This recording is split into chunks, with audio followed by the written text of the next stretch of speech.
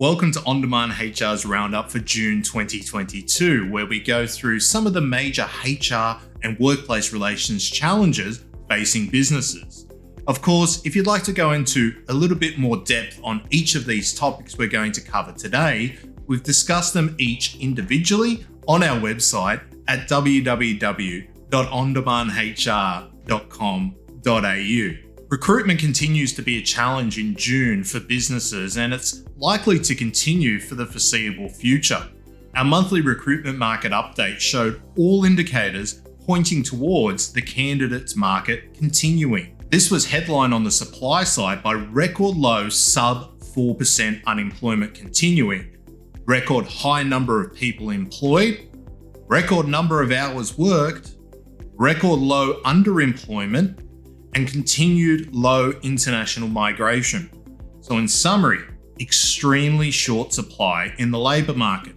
On the demand side, we saw record job listings across the country in the SEEK data, with strong increases in demand in the hospitality, tourism, and retail sectors, which is no doubt as a result of the lack of international migration, which normally tops up labour supply in these sectors. To put the situation in context, Business New South Wales estimated that in June 2022, that 72% of New South Wales businesses have had at least 3 failed recruitment campaigns over the past 12 months, and accurately described the current climate as facing its most significant workforce challenge in more than 50 years. The key message is that your business cannot do much to influence these macroeconomic and other challenges in the recruitment market, and must instead simply focus on factors that are within your control,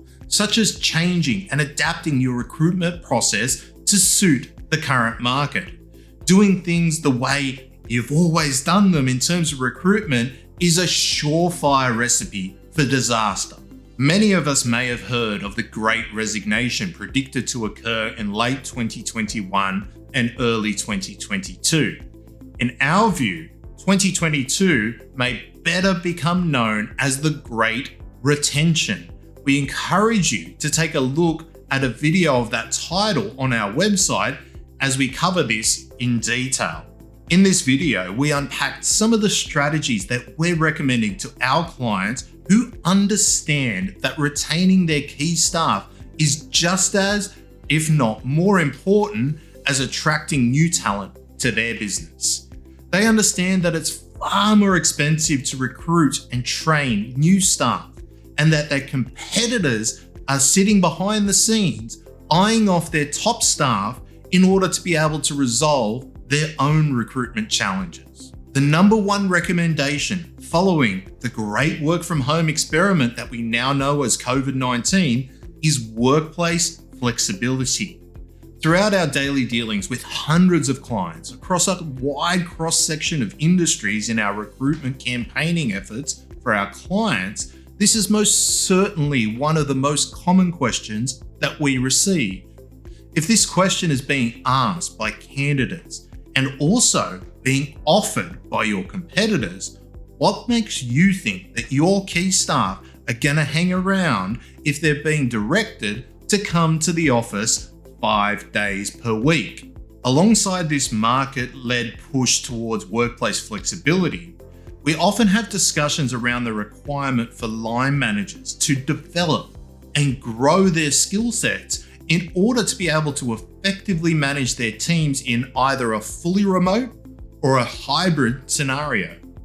We've often seen situations where the strategic direction of the business has been to offer workplace flexibility, but this has not been seen on the ground because line managers are reluctant or unable to adapt their management style. When it comes to the Great Retention of 2022, we again spoke about the importance of regular and comprehensive salary benchmarking to ensure that your current employees are being paid at a competitive market rate. The key message here is that, in our observation, salary expectations are moving faster than what's being reported in the media around wage growth. As a result, Businesses who are still sticking to a once a year annual salary review are simply at risk of their wages being out of line with the market and their employees looking for greener pastures elsewhere. Finally, when it comes to the Great Retention, we shared some of our clients are looking at what may be potentially tax-effective ways in which they can reward and retain their staff. We spoke about offering to pay for ongoing training, noting that there are some elevated tax breaks available at the moment. We even have clients who are considering offering fuel cards to their employees in order to help them to offset their commuting costs. Be as creative as you like. However, we would encourage you to consult with your accountant prior to putting any of these measures in place. We reminded clients that in June, the employee superannuation contribution rate increased from 10% to 10.5% as of 1 July 2022.